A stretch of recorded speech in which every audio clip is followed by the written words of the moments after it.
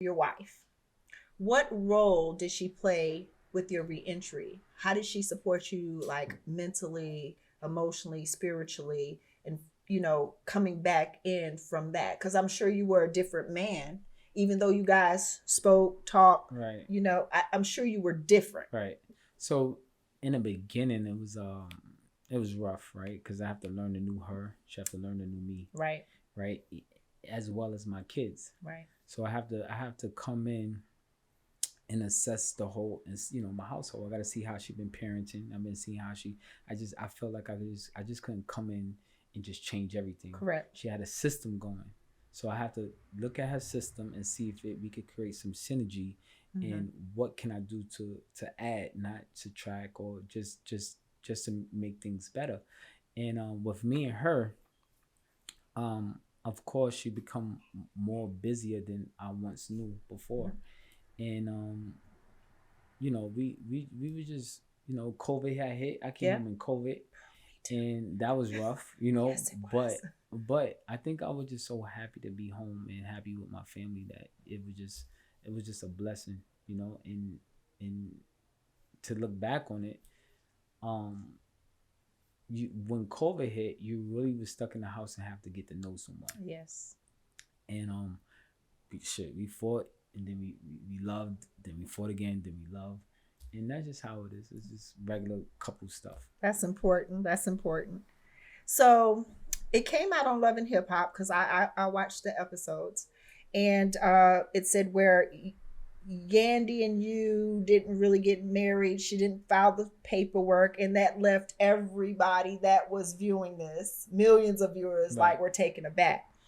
So was that a mutual decision between the two No, of I you? think the first time, right, it was I was going through court, and I had like I could have been imposed fines, right? Because anybody that know, you got federal charges, you after you get sentenced, you're gonna get a fine. And one of the things I didn't want to happen was them to take the money that she worked hard for.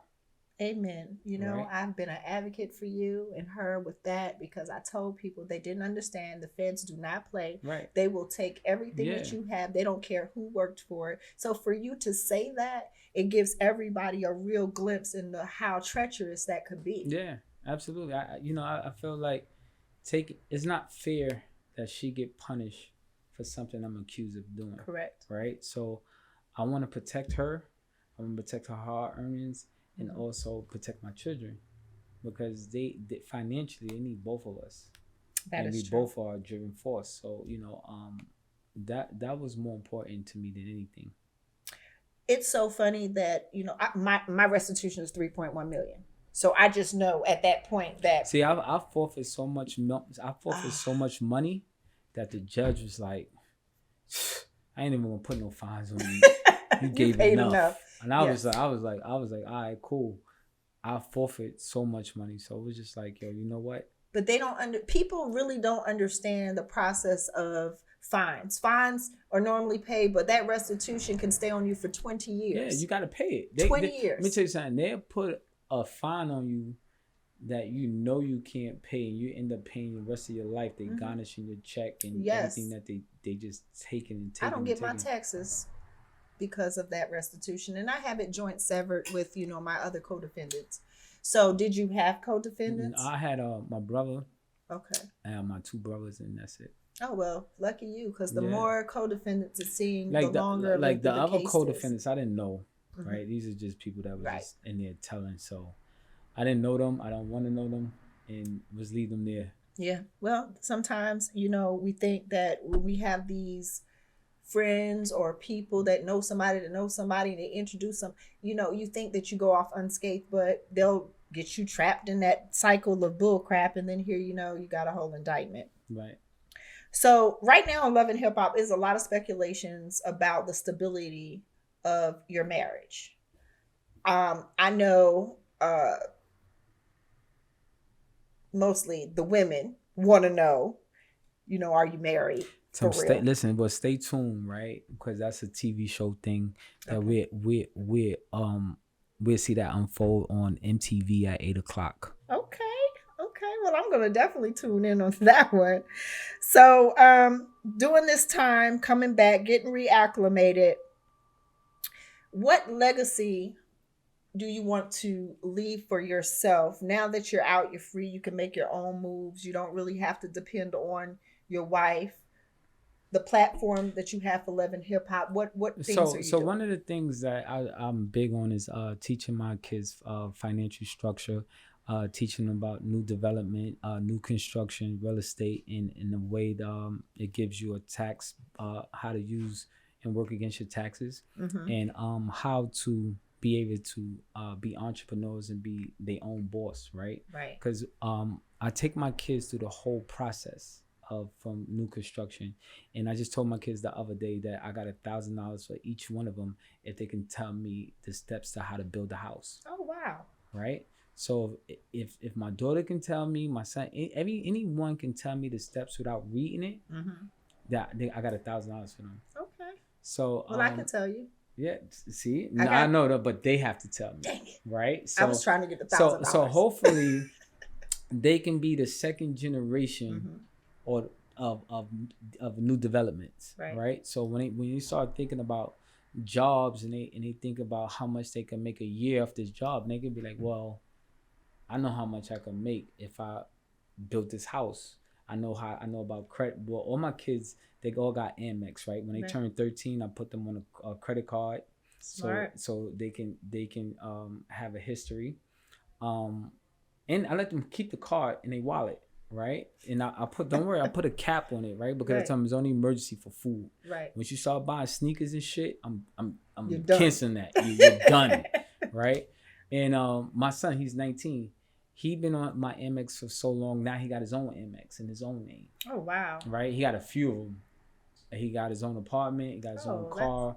I think. So it's paying off. Yeah. Listen, teaching him about finance and showing him how to make money instead of me just giving it to him, giving it to him. Because I feel like one day, you know, I might not be here. That's important. You're teaching them that. You're right. One day I might not be here. What are you gonna do? You're going to be a man one day. You're going to have a family one day. You're going to need to learn how to provide and take care of your family.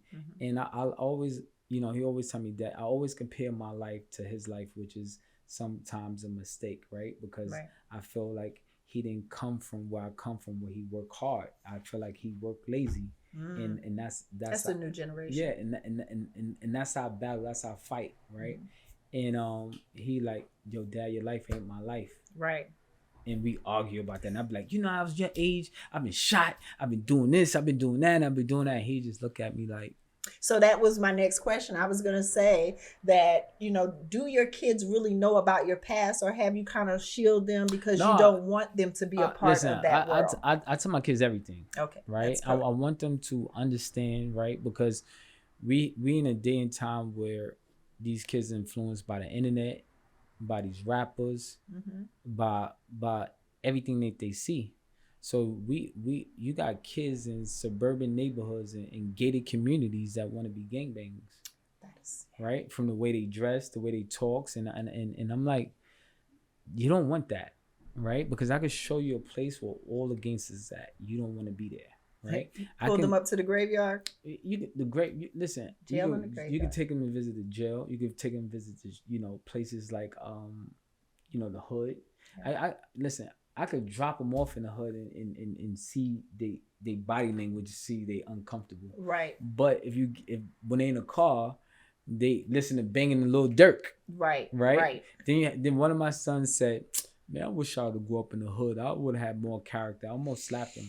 I know you did. The taste out of his mouth. Yeah, I'm like, and I done worked so hard, so you don't have to experience that. What I sacrificed for you to be right here. So kids is just, you gotta make sure that you influencing your kid and you showing them positivity, because kids don't do what you say, they do what they see. So what would you tell your children right now that could help them not do the same thing you did? So one of the main things that I teach them and I show them is, I think, support, right? Support in whatever they want to do, because it's important, right? If I look back as me as a kid, I don't really know what support is. I had support for the wrong things, and support these kids doing the right thing, right, and try to help them find something that they love, not something I want them to do, but figure out something they interested in, and just support them. Right. And I think it's important for kids to feel love. You know, they have to experience love in the household, because if they don't, you know, is you know, is they'll grow up feeling like they just complacent, and they be looking for love and acceptance from peers in the street that can mislead them into doing wrong things, and just want to be accepted and validated from the wrong people. You know, we're in the age of always in public opinion. So when you're moving out here and you're like, you have a family, you have a wife. So are you very super careful about who you interact with, what you do because of public opinion, or possibly getting yourself in a situation? I think I live my life for me, right? I don't live my life for the public, for the comments, for the blogs, for none of that. I can't conform to living my life for people that don't know me, don't give two shits about me. Right. So I will be robbed of that gift that God gave me, which is a life. Right. So, you know, I don't think that far. Like I throw these glasses on, I don't see nobody. Right. I see who I need to see.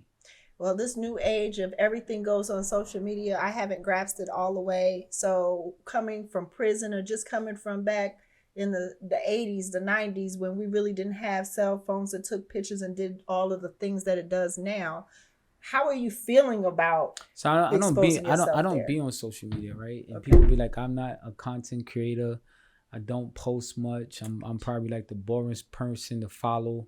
You might see my gym posts. I don't really show money moves because I still work in the mindset of getting money behind the scenes. Right. I don't like people to count my money. I don't like people. I just don't like some things. I believe I'll be want to keep private. Right.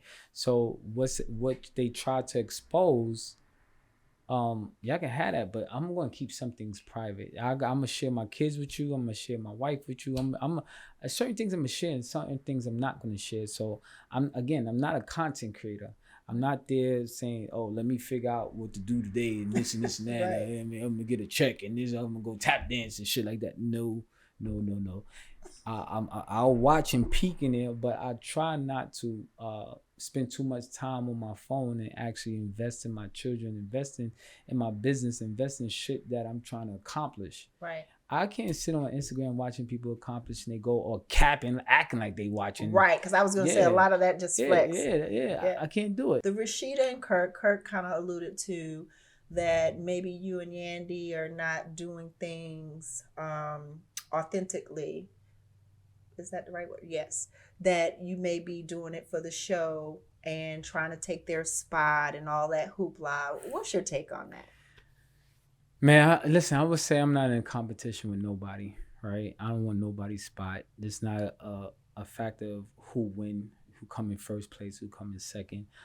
And I just think, you know, that was very immature of him to, and if he think I want his spot, then he can keep it.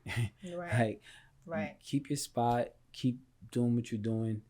And that's it. Best luck to you, your family, your friends, and everybody that love you. I love that you're so gracious. That's awesome, you know. Right. Yeah.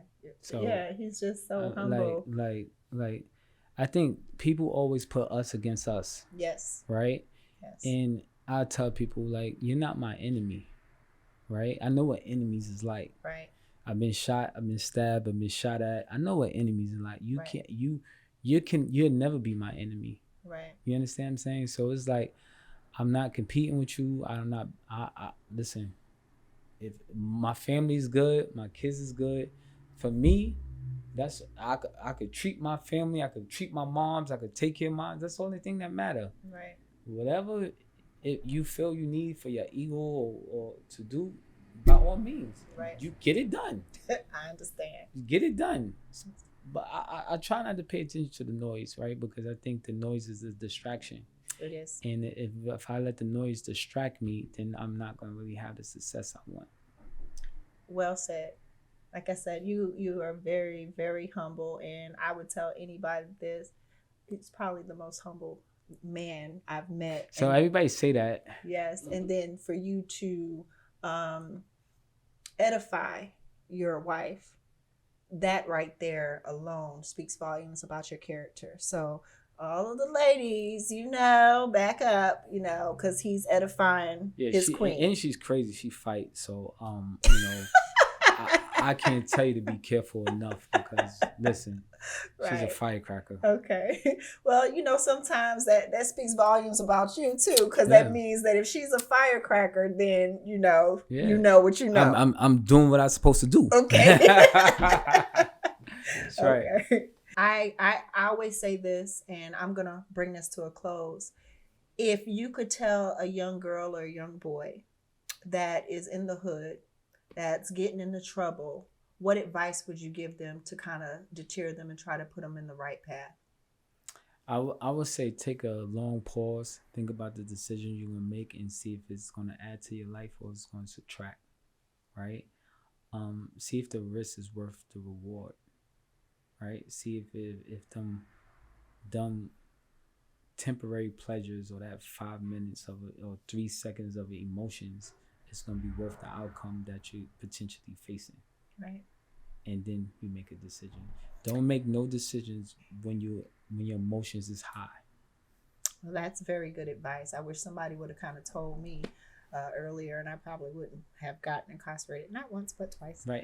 And one of the main things too, don't go to prison for materialistic things. Please. Don't go to prison for jewelry. Don't go to prison for clothes. Don't go to prison for all the things that's going to be outdated, go out of fashion.